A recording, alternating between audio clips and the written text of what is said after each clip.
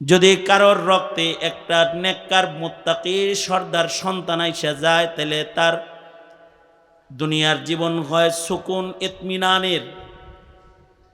দুনিয়ার জীবনে সে সন্তানের খেদমত পায়, সন্তানের সেবা দিয়া তৃপ্ত হয়ে যায়। কবর জগতে শুয়ে শুয়ে সন্তানের দোয়া পায়। হাসরের মাঠে সন্তানের জন্য মা বাবা সম্মানিত হয়ে যায়। আর কিছু সন্তান আছে, এদের কারণে দুনিয়ার জমিনে মা বাপ গালি খায়। সন্তানের কুকর্মের কারণে পিতামাতা ইজ্জত হারায়। আর কবরে শুয়ে শুয়ে সন্তানের অপকর্মের ধাক্কা পায়। ময়দানে মাহশরে সন্তানের কারণে আদালতে কিবরিয়াতে আসামি হয়ে দাঁড়ায় যাবে। সন্তানের কারণে কিছু কিছু মা বাপকে দোজখে পড়তে হবে, আবার সন্তানের কারণে কিছু কিছু মা বাবাকে মহান আল্লাহর নূরের তাজ পরায়া দিবে।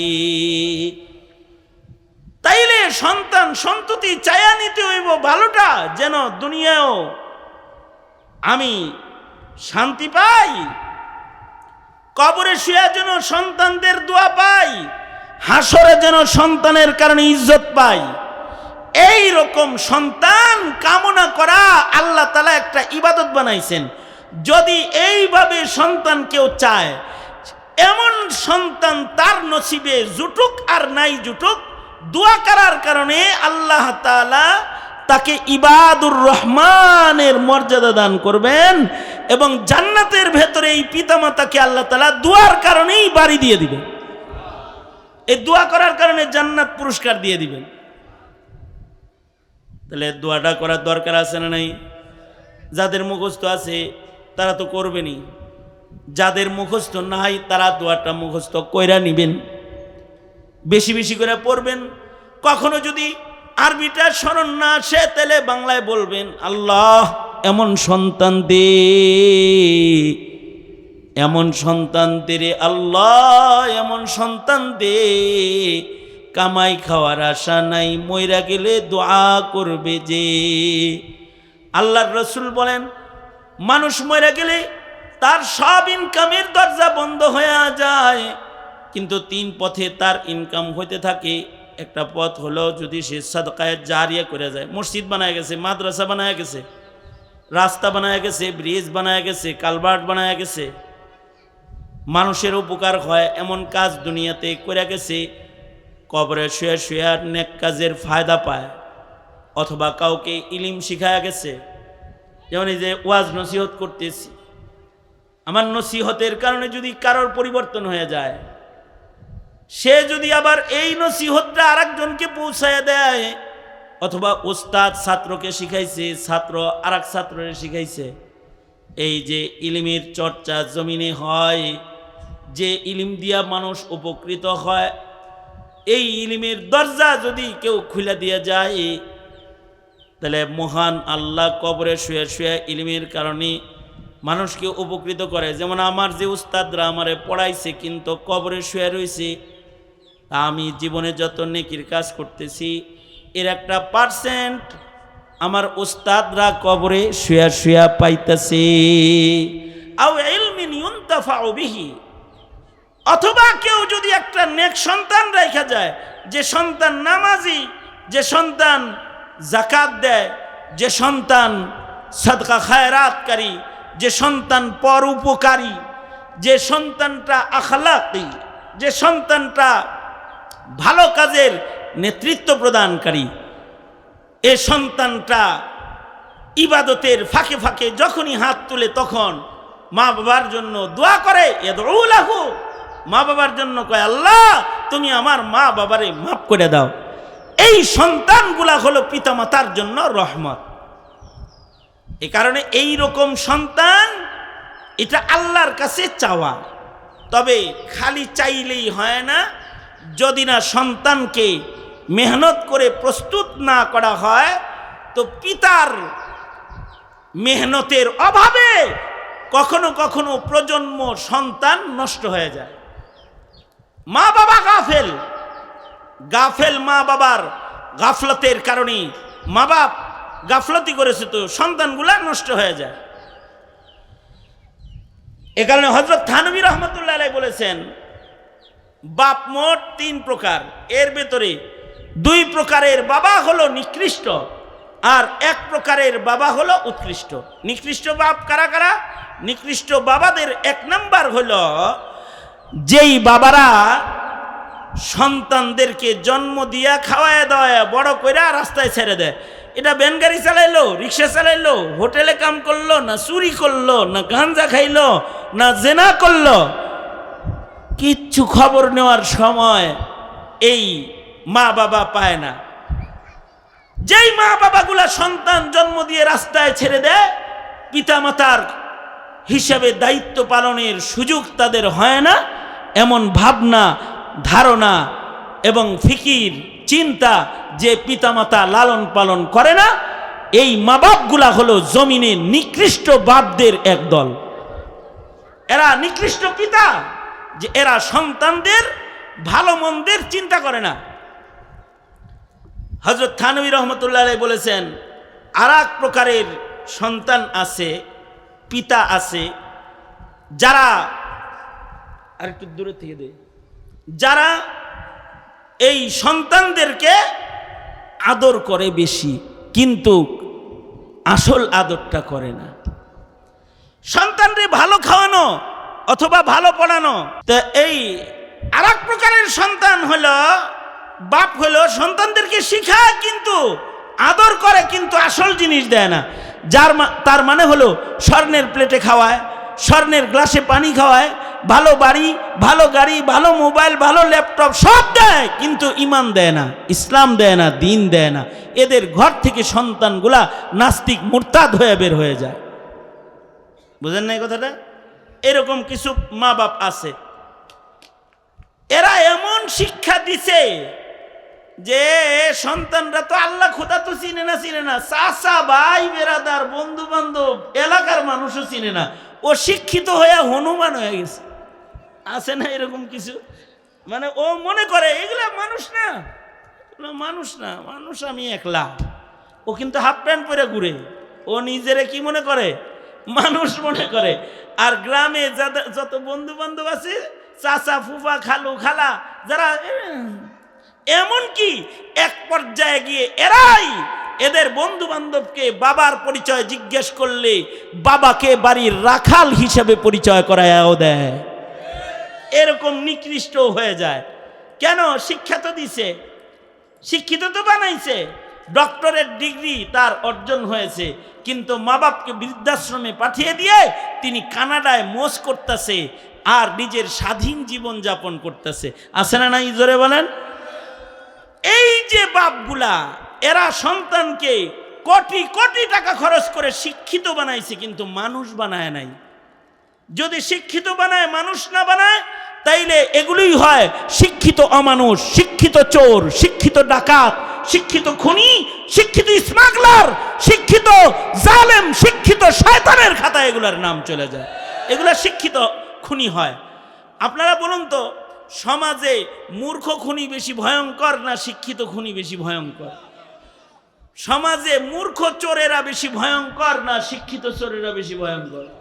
মূর্খ ডাকাত বেশি ভয়ঙ্কর না শিক্ষিত ডাকাত ভয়ঙ্কর? শিক্ষিত হয়ে যদি কেউ কসাই হয়ে যায়, তখন মানুষের শরীর কাটাকে নিজের বাণিজ্য বানায় আলায়। আমাদের মানে দেশে এমন কিছু ডাক্তার আছে যে ডাক্তারগুলো যাওয়ার সাথে সাথে কইব অপারেশন লাগবে, টেস্ট লাগবে অনেকগুলা। আছে না এরকম? এত শিক্ষিত, জান না বুঝছে আপনাকে কেটে দিবে, সিজার করে ফেলবে। নর্মাল ডেলিভারি করার কোনো চেষ্টাই করে নাই, পেট কেটে ফেলাইছে। আর আরেকজন আছে, আপনার মেয়েটাকে কম খরচে সুন্দর কায়দায় তাকে আপনার বাড়ি পাঠিয়ে দেওয়ার ইন্তজাম করছে। তার জীবনে সে যেন সচল রয়, অচল না হয়ে যায়। এরকম ডাক্তার খুঁজে মুজা পাওয়া যায় না? যায় আছে, যে তারা পারোপকারী, তারা শিক্ষিত অমানুষ না। আবার শিক্ষিত অমানুষও জায়গায় জায়গায় বসে থাকে, তার মানে শিক্ষা অর্জন করলেও মানবিক গুণটাও অর্জন করে নাই, মানবিক গুণটাও শিক্ষা গ্রহণ করে নাই। এই মানবিকতা অথবা আদর্শ মানুষ অথবা ইমানদার ইবাদত গুজার বান্দা, এইটা বানাইবার জন্য গোটা বাংলাদেশে প্রকল্প মাত্র একটা খোলা আছে, মাদারেসে কওমিয়া, যেটা আপনার সন্তানকে তাওহীদ শিখাবে, আপনার সন্তানকে রিসালাত শিখাবে, আপনার সন্তানকে আদর্শ শিখাবে, পাক না পাক শিখাবে, জায়েজ না জায়েজ শিখাবে। আপনি যদি আলেম নাও বানান, কমাস কম যদি 3টা বছর এই মাদ্রাসাগুলোতে নিজের সন্তানগুলোকে একটু ঘুরায় নেন, কমাস কম এইটা আল্লাহ রসুলরে গালি দিবে না। এটা রসুল চিনবে, আল্লাহ চিনবে, কোরআনের মর্যাদা বুঝবে, হালাল হারাম বুঝবে, জায়েজ না জায়েজ বুঝবে। সুতরাং এই মাদ্রাসাগুলো নারীদের মাদ্রাসা অথবা বালকদের মাদ্রাসা যেটাই আছে, এগুলো হলো সন্ত্রাস প্রজনন কেন্দ্র না, মানব সংরক্ষণ কেন্দ্র। হযরত থানভী বলেছেন এগুলো হলো হিফাজতে আওলাদ মুসলিমিন, মুসলমানের আওলাদ হিফাজত করার জায়গা। মুসলিম পিতারা যদি নিজের ঘরে মাদ্রাসা কায়েম করতে না পারে, তাদের জিম্মাদারি এলাকার মাদ্রাসাগুলোতে নিজের সন্তানদেরকে পড়াইবার সুযোগ করে দেওয়া। সুতরাং নিজের দেশের নারীদেরকে এই মাদ্রাসাগুলোতে পড়ার সুযোগ করে দিতে এ মাদ্রাসায় আয়েশা সিদ্দিকা একটা অনন্য কেন্দ্র, যে কেন্দ্রে এসে আপনার মেয়েটা হালাল হারাম জায়েজ না জায়েজ ঈমান ইসলামের আলো পাবে। সুতরাং এটার দরকার আছে না নাই? জোরে আওয়াজ করে বলেন, দরকার আছে না নাই? তো তারা যে এই মাদ্রাসা চালাইতেছে, আপনারা মাদ্রাসাওয়ালাদের সাথে থাকবেন তো ইনশাআল্লাহ, সব সময় দেখভাল করবেন। কিভাবে সাথে থাকবেন? টাকা দিয়ে শুধু না, নিজের ঘরের মেয়েটাকেও পাঠাবেন। তৈয়ার আছেন তো ইনশাআল্লাহ? কারা কারা তৈয়ার আছেন? হাত তোলেন, দোনো হাত তোলেন। মাদ্রাসার পাশে থাকবেন, দোনো হাত পকেটে ঢুকান।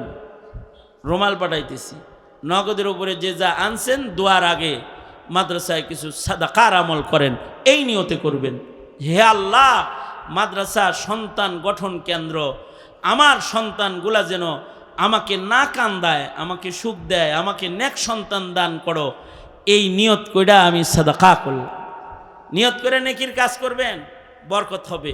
এই পৃথিবীর সবচেয়ে দামি সম্পদ হলো মানব সম্পদ। হীরার দাম বেশি না, স্বর্ণের দাম বেশি না, খনিজ সম্পদের দাম বেশি না, তেলের খনি, গ্যাসের খনি, এগুলোর দাম বেশি না। এই পৃথিবীর না, শুধু সৃষ্টির ভেতরে সবচেয়ে দামি সৃষ্টি, মুকাররম সৃষ্টি, মুআজ্জম সৃষ্টি, সম্মানিত সৃষ্টি এবং মূল্যবান সৃষ্টি হইল মানুষ। মানুষ সম্পদের ভেতরে মানব সম্পদ হলো শ্রেষ্ঠ সম্পদ।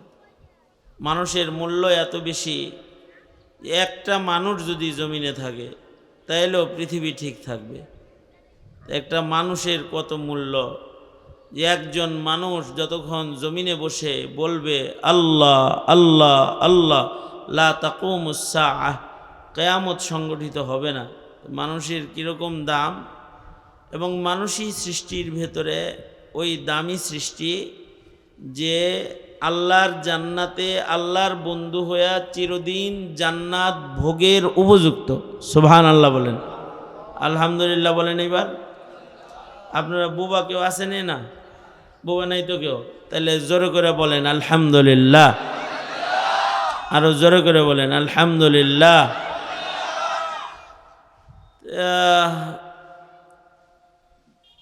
মানুষ হলো সবচেয়ে দামি সৃষ্টি, তবে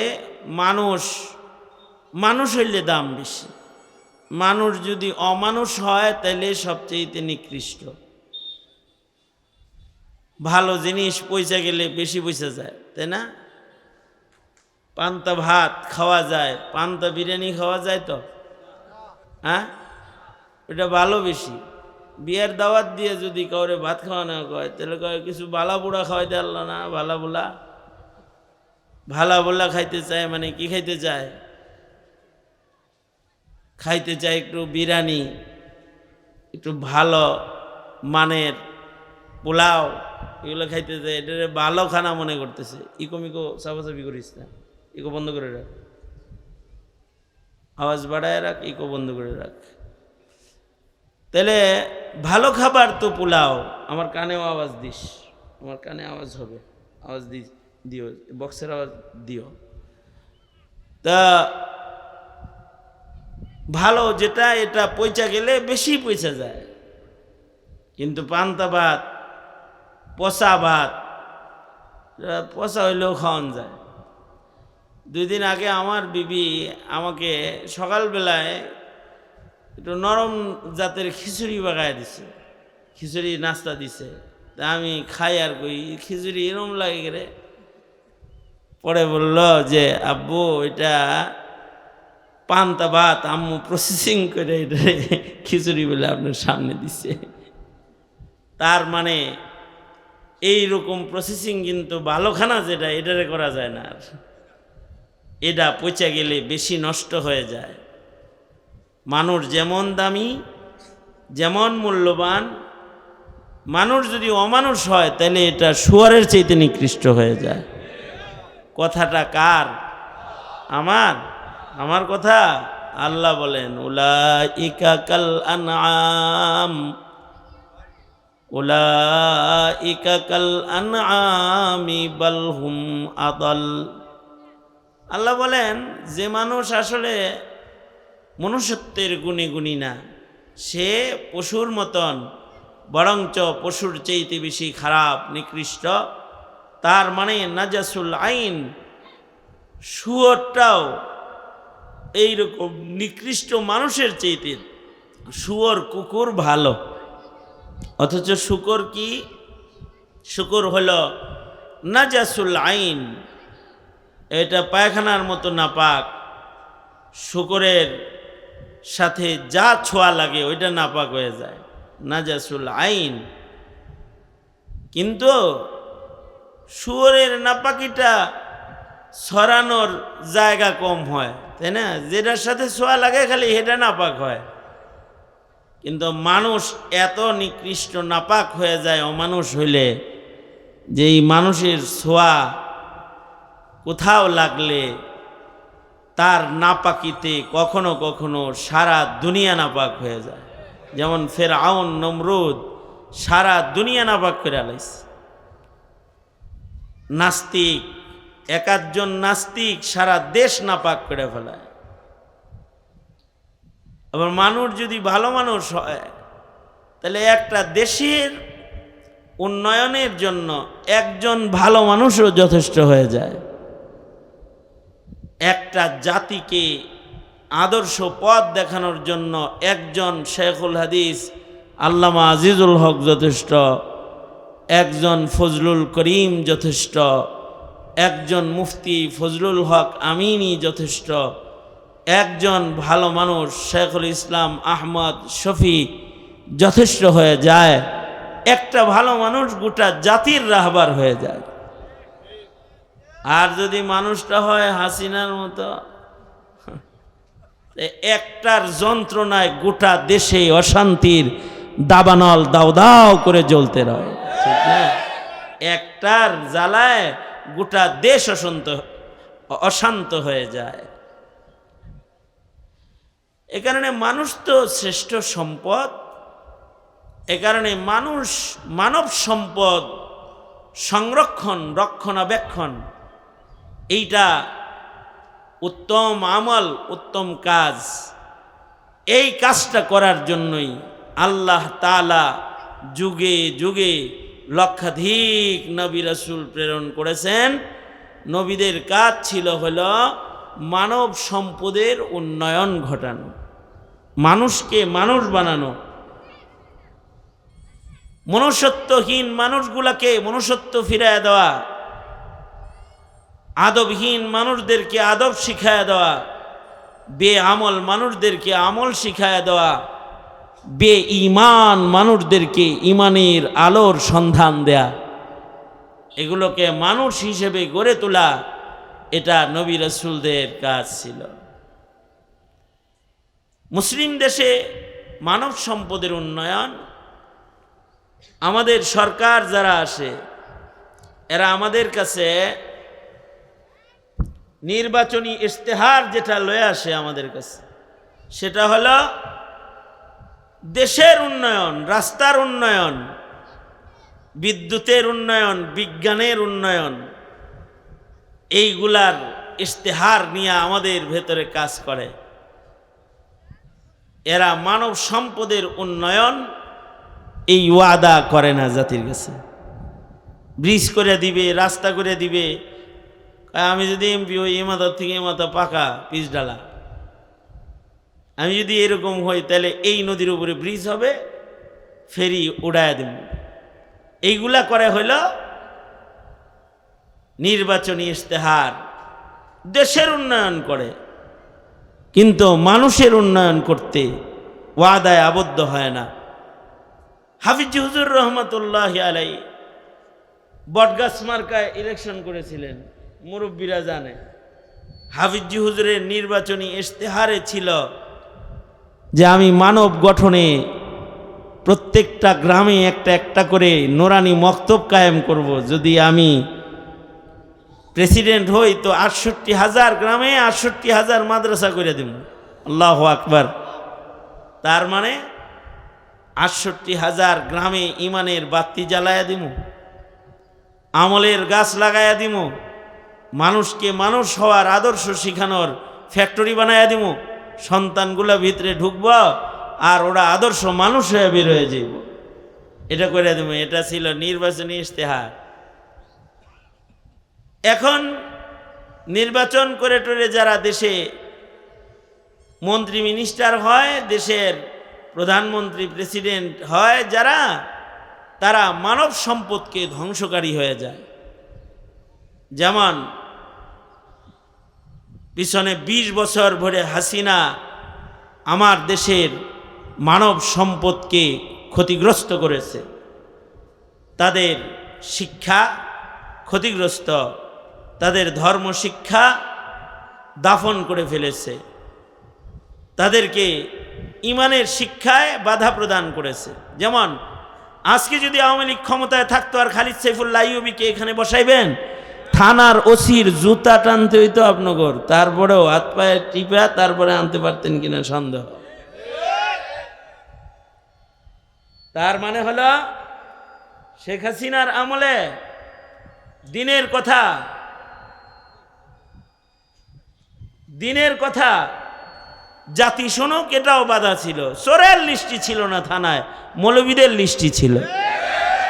চোরকে এত অত্যাচার রিমান্ডে করা হয় নাই, আলেমরে যত অত্যাচার করেছে জেলখানার ভেতরে। আমি তো 1 বছর, খুনিরাও জেলখানায় হাঁটতে ঘুরতে পারছে, কিন্তু আমাদের এই লকআপ বন্দি করে হাতে হ্যান্ডকাপ দিয়ে আটকায় বসায়, অসুস্থ রোগী বিছনায় শোয়ার থেকে উঠে দাঁড়াইতে দেয় নাই। পুলিশ 7 জন করে দাঁড়ায় থাকছে চতুর্দিকে, বসার থেকে যেন দাঁড়াইতে না পারি। আলেমদেরকে অত্যাচার করেছে, আর আলেমদেরকে প্রজন্মের কাছে নিকৃষ্ট বানানোর জন্য আলেমদের নামে বিভিন্ন আলেমদের চরিত্রের উপরে আঘাত করেছে, আলেমদের জঙ্গি গালি দিয়েছে, সন্ত্রাসী গালি দিয়েছে, মাদ্রাসাগুলোকে জঙ্গি প্রজনন কেন্দ্র বলে মাদ্রাসাকে গালি দিয়েছে। এগুলোর মূল রহস্য কোথায়? রহস্য হলো এই মানুষগুলাকে আলেম থেকে দূরে সরাও। নিতে উৎসাহ প্রদান করেছে কোথায়? বলেছে যে উৎসব পূজা সবাই যাও। এই মুসলমানের কোনো পূজা আছে নাকি? আবার মুসলিম ছেলের উৎসবে যাওয়ার, পূজায় যাওয়ার দরকার আছে? মুসলমানরে আল্লাহ উৎসব দেয় নাই? আওয়াজ করে জোরে বলেন, দেয় নাই? তাইলে মুসলমানের উৎসবে তো হিন্দু আসে না ঈদগাহে? মুসলমানরা পূজায় যাবে কেন? এটা উৎসব নাম দিয়া, পূজারে নাম দিয়েছে উৎসব। গেটে লিখে দিত ধর্ম যার যার, উৎসব সবার। তার মানে আপনার ছেলেকে উৎসবে নিয়ে হিন্দু বানাবার চক্রান্ত করেছে, ধর্ম শিক্ষাকে ঐচ্ছিক শিক্ষায় রূপান্তরিত করেছে। ধর্ম শিক্ষাটা ঐচ্ছিক শিক্ষা হয়ে গেছে। এটা পাশ করলেও লাভ নাই, ফেল করলেও লস নাই। এটার নাম হলো ধর্মশিক্ষা। স্কুলে ধর্মশিক্ষার অবস্থান কি ঐচ্ছিক, এটা ফেল করলেও ফেল না, আর পাশ করলেও লাভ না। এমন জায়গায় যখন কোনো শিক্ষাকে পৌঁছে দেওয়া হয়, ওই শিক্ষা কি পড়ার আগ্রহ প্রদান করা হয় নাকি ছাইরা দেওয়ার জন্য রাস্তা খুলে দেওয়া হয়? ছেড়ে দেওয়ার রাস্তা খুলে দিল। কি হলো? আমার সন্তানরা গোমাতা শিখল, ডারউইনের ভ্রান্ত মতবাদ আমাদের ছেলে মেয়েরে পড়াইল, আর তাদেরকে ধর্ম শিক্ষার থেকে ধাক্কা দিয়ে দূরে সরাইয়া দিল। বিনিময়ে কি ঘটল?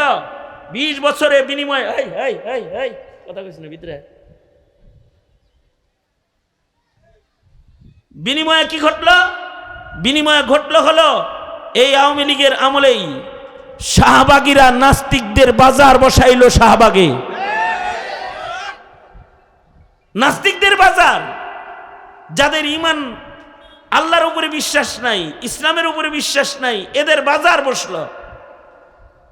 এই বাজার মুসলমানের জমিনে নাস্তিকদের বাজার বসাটা, আসাদ নূর গ্রুপের বাজার বসা, ইমরানী সরকারের মতো নাস্তিকের বাজার বসা, এইটার মোকাবেলায় শাপলা চত্বরে ডাক দিয়েছিলেন শাইখুল ইসলাম আল্লামা আহমদ শফী। ভালো মানুষদেরকে খাতমে নবুয়ত রক্ষা এবং শিক্ষা সিলেবাস রক্ষা, মুসলমানের মুসলমানিত্ব রক্ষার 13 দফার এক দাবিতে শাইখুল ইসলাম ডাক দিয়েছিলেন হাফেজ আলেমদেরকে শাপলা চত্বরে। শাহবাগীদেরকে হৃষ্টপুষ্ট বানায়া খাওয়াইল, আর বাতি নিভায়া শাপলা চত্বরে আলেমদেরকে গুলি করে করে হত্যা করলো, শহীদ করলো। বিনিময়ে কি ঘটল?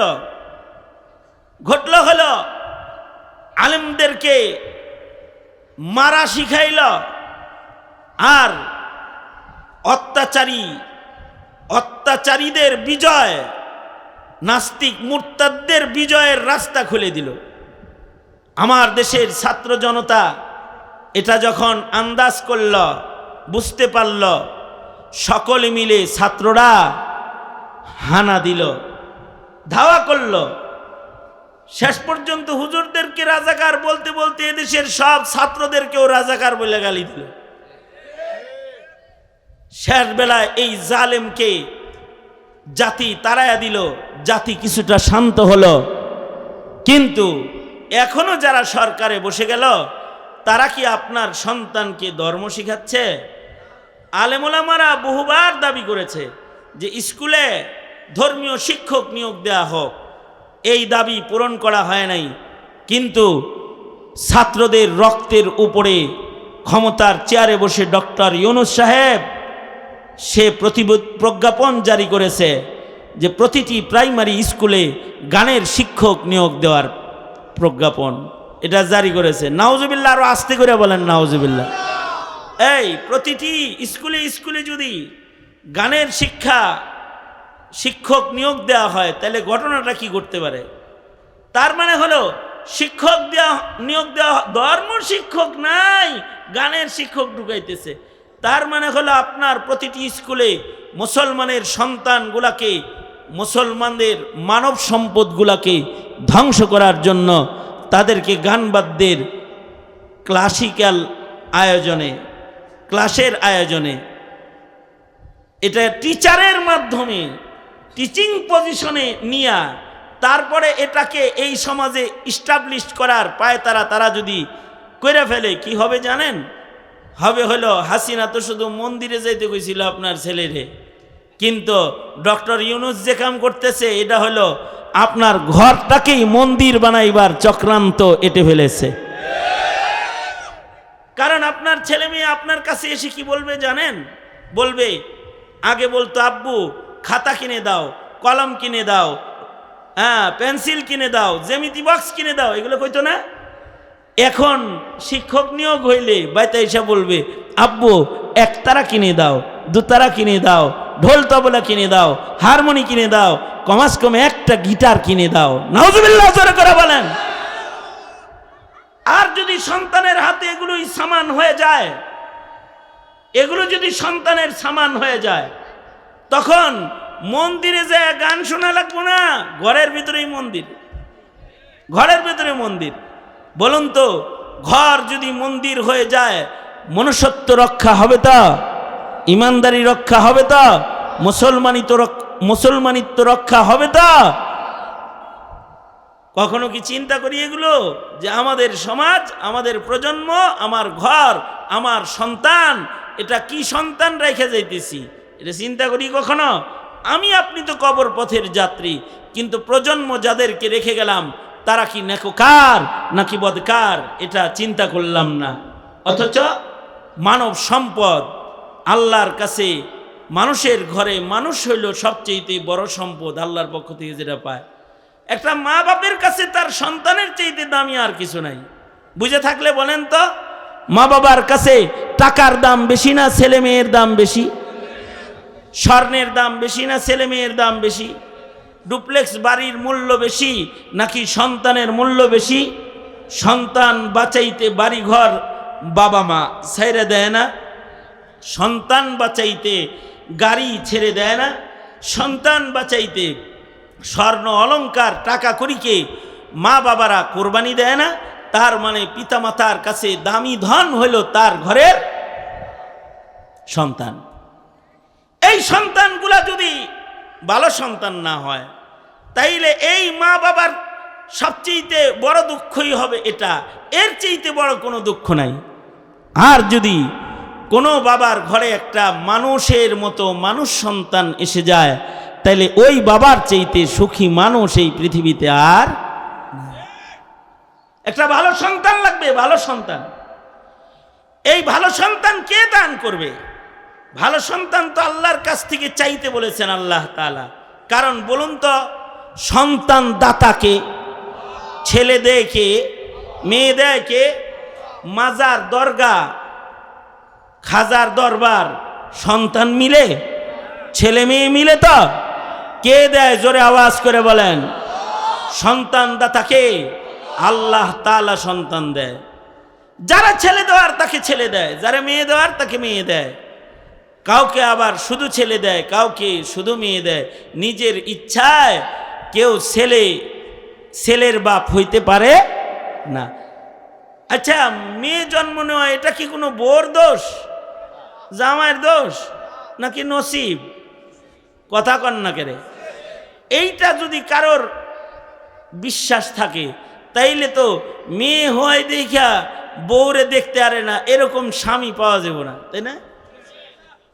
মেয়ে হয় দেখা দেখতে পারে না নিজের বিবিরে, আছে না? এই বিবির দোষ নাকি? ছেলে মেয়ে কি তোর বউ দিছে? ছেলে মেয়ে দিছে কে? জোরে বলেন। মেয়ে দিল কে? ছেলে দেয় কে? আমার এক সাথী প্রতি বছর হজে যাওয়ার সময় আমাকে এয়ারপোর্ট পর্যন্ত আসে, আইসা খালি কয়, এবার কাবা ধরে একটু কইস্ত দোস্ত, আল্লাহ যেন আমরা ছেলে দেয়। খবর পাইছি গত বছরও মেয়ে হয়েছে 7 নাম্বার। এটা কি হ্যার বোর দোষ? এই বেটার দোষ? দিছে কে? আল্লাহ। আবার কারোর ঘরে মেয়ে হয় না, এই কামটা কে করে? আল্লাহ। আবার কেউ কেউ আছে দুনিয়ার সব হাকিম ডাক্তার বাচ্চা খেয়েও একটা বাচ্চা হয় না, কামটা কার? জোরে আওয়াজ করে বলেন, কামটা কার? আল্লাহ। এবার এই সন্তান সন্ততি, ছেলে মেয়ে, এইগুলা যদি ভালো হয় তাইলে মা বাবা সবচেয়ে সুখী মানুষ হয়ে যায়। আর যদি এইগুলা খারাপ হয় তাইলে এই মা বাবা সবচেয়ে দুঃখী হয়ে যায়। এ কারণে আল্লাহ বলে, এই আমার বান্দারা, তোরা আমার কাছে সন্তান, ভালো সন্তান চা, ভালো সন্তান চাইবি। কারণ সন্তান দাতা আমি, আমার কাছে ভালো সন্তান চাবি। কোন ভাষায় চাবি, কেমনে চাবি, তাও মহান আল্লাহ শিখায় দিতেছেন। আল্লাহ বলেন, আমার কাছে তোমরা এভাবে চাইবা, বলবা রব্বানা হাবলানা মিন আজওয়াজিনা ওয়া যুররিয়াতিনা কুররাতা আয়ুন ওয়াজআলনা লিল মুত্তাকিনা ইমামা। কোন ভাষায়, কোন শব্দে সন্তান আমরা চাবো, তাও আল্লাহ পাক আমাদের শিখায় দিলেন। আমার সাথে আল্লাহর শেখানোর শব্দমালাগুলো বলেন, কোরআনের আয়াত। আমার সাথে আপনারা বলুন, রব্বানা হাবলানা মিন আজওয়াজিনা ওয়া যুররিয়াতিনা কুররাতা আয়ুন। এত আসতে পড়েন কে? শরম লাগে? জোরে পড়লে লাভ আছে, কারোর যদি ভুল থাকে এটা ঠিক হয়ে যাবে সবাই তালে তালে। দেখেন না, মক্তবে গেলে পরে আমরা আওয়াজ বাড়া, মক্তবে গেলে পরে আমরা বাচ্চাদেরকে জোরে পড়াই, একসাথে পড়াই। তার মানে কি, একসাথে সবাই মিলা যখন পড়ে তখন গলত থাকলে গলতগুলো সহি হয়ে যায়, মাখরাজগুলো জায়গার থেকে বাইর হয়ে যায়। সুতরাং আওয়াজ করে বলেন আমার সাথে, রব্বানা। এই এখন যে একটু সুন্দর শোনা গেল, আগে করলে তো আর এত এই 2 মিনিটও নষ্ট হইতো না। জোরে করে বলেন, রব্বানা হাবলানা মিন আজওয়াজিনা আজওয়াজিনা ওয়া যুররিয়াতিনা। ওখানে হইল জার, জাল, সব জ জ জ জ কয়ে দিয়েন, বুঝেন না কথাটা? রব্বানা হাবলানা মিন আজওয়াজিনা ওয়া যুররিয়াতিনা ওয়া যুররিয়াতিনা কুররাতা আয়ুন ওয়াজআলনা লিল মুত্তাকিনা ইমামা। তার মানে হলো বান্দা বলবি, ওগো আল্লাহ, আপনি আমার বিবি, আমার সন্তানদের ভেতরে, আমার যুররিয়াত থেকে এমন নসল আমাকে দান করেন। ওগো আল্লাহ, বিবি থেকে এমন সন্তান আমি আপনার কাছে চাই, যে সন্তান হবে আমার চোখের শীতলতা, যে সন্তান দেখলে আমার চক্ষু শীতল হয়ে যাবে। তার মানে হলো সন্তান 2 প্রকার। এক প্রকারের সন্তান দেখলে চোখ শীতল হয়ে যায়, আর এক প্রকারের সন্তান বাবা মার চোখের পানি জড়ায়। সন্তান কয় প্রকার? এক প্রকারের সন্তান দেখলে বাবা মার চোখ শান্ত হয়ে যায়, দিল ঠান্ডা হয়ে যায়। আর এক প্রকারের সন্তান আছে যারা মা বাবার অশ্রু ঝরায়। এক প্রকারের সন্তান আছে যারা মুত্তাকিদের সর্দার, তবলিগ জামাতের আমির সাহেব, অথবা মসজিদের ইমাম সাহেব, অথবা হক্কানি পীর মাশায়েখ হয়ে গেছে, অথবা এলাকায় দিনী কাজের সর্দারি করে। এক প্রকারের সন্তান আছে যারা মুত্তাকিদের সর্দার। আবার আর এক প্রকারের সন্তান আছে যারা গান জুটিগো সর্দার, চান্দাবাজগো সর্দার, সন্ত্রাসীদের লিডার, মদখোরের সর্দার হয়ে গেছে, ঘুষখোরদের সর্দার হয়ে গেছে, খুনিদের লিডার হয়ে গেছে। খুনিদের লিডার, খুন খারাপির লিডিং পজিশন তার। যেমন হাসিনা গণভবনে বয়ে বয়ে খেলি করতো, মার গুলি। খুনের লিডার, হাজার হাজার মানুষের রক্তকে রাজপথে ঝরাইল। খুনিদের খুনি, সর্দার খুনি। এক প্রকারের সন্তান আছে যারা পাপ কার্য পরিচালনাকারী, ক্যাসিনো চালায়,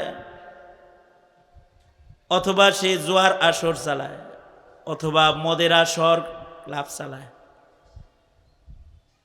অন্যায় পাপাচারের লিডিংয়ে সে আছে। আল্লাহ কয়, এমন সন্তান আমার কাছে চাইস না যে বদকারদের সর্দার। এরে আমার সন্তান, তোমার জন্য দোয়া, তোমাদের জন্য দোয়া। পিতার পক্ষ থেকে আল্লাহর কাছে দোয়া হবে, ওগো আল্লাহ যে এটা আমার সন্তান, এই সন্তানকে আপনি আমার চক্ষু শীতলকারী সন্তান বানায় দেন। ওগো আল্লাহ আমার নসলের ভেতরে আপনি আমাকে নেককার মুত্তাকিদের সর্দার সন্তান দান করেন।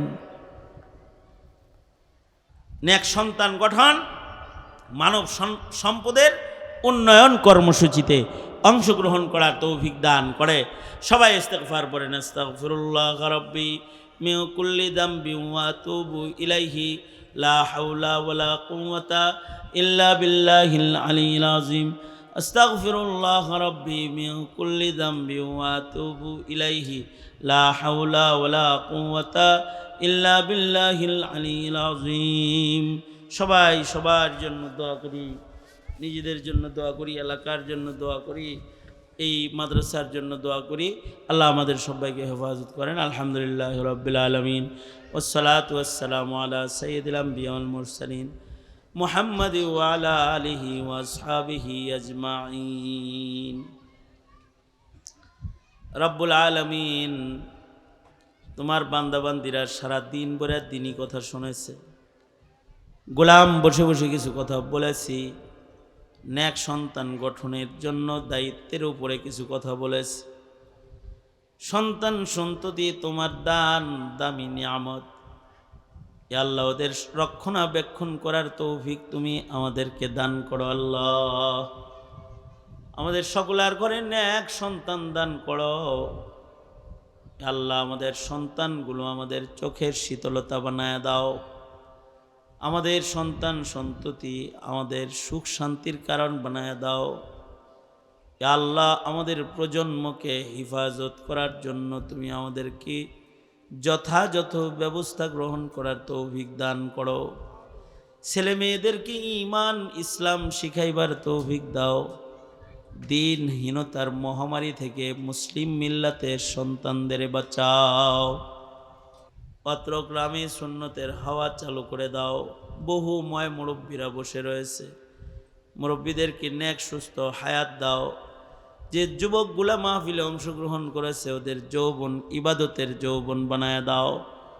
পর্দার আড়ালের মা বোনদের হযরত ফাতিমা খাদিজা বানায় দাও। আল্লাহ রব্বুল আলামিন মাদ্রাসা আয়েশা সিদ্দিকাকে কবুল করে নাও। ইয়া আল্লাহ এই মাদ্রাসার খেদমত যারা করছে তাদের আরো ইখলাস দাও।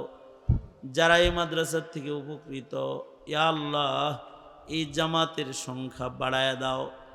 এলাকার জন্য এক আলোর মশাল নিয়ে দাঁড়িয়ে খেদমত করার তৌফিক দান করো। আল্লাহ রব্বুল আলামিন মজমাকে কবুল করে নাও। যে যেখান থেকে এসেছে কদম কদম নেক দিয়ে সকলকে বাড়ি ফিরিয়ে দাও। খায়ের ও বরকতের জিন্দেগি দান করো। জানি না কার মা নাই, কার বাবা নাই, যাদের আব্বা আম্মা অন্ধকার কবরের বাসিন্দা, তাদের পিতামাতার কবরগুলো জান্নাতের বাগান বানায় দাও। যাদের মা বাবা আছে নেক হায়াত লম্বা করে দাও। ইয়া আল্লাহ বারবার বাইতুল্লাহ রওজা আতহার জিয়ারত নসিব করে দাও। আমাদের সালাম পেয়ারা নবীর রওজা আতহারে পৌঁছায় দাও। ইয়া আল্লাহ অনেক কিছু বলার সংক্ষেপ কথা, যত কল্যাণ মঙ্গল সব আমাদের দান করো। অকল্যাণ আর অমঙ্গল হইতে আমাদের হিফাজত করো। সুবহানা রাব্বিকা রব্বিল ইজ্জতি আম্মা ইয়াসিফুন ওয়া সালামুন আলাল মুরসালিন ওয়ালহামদুলিল্লাহি রব্বিল আলামিন।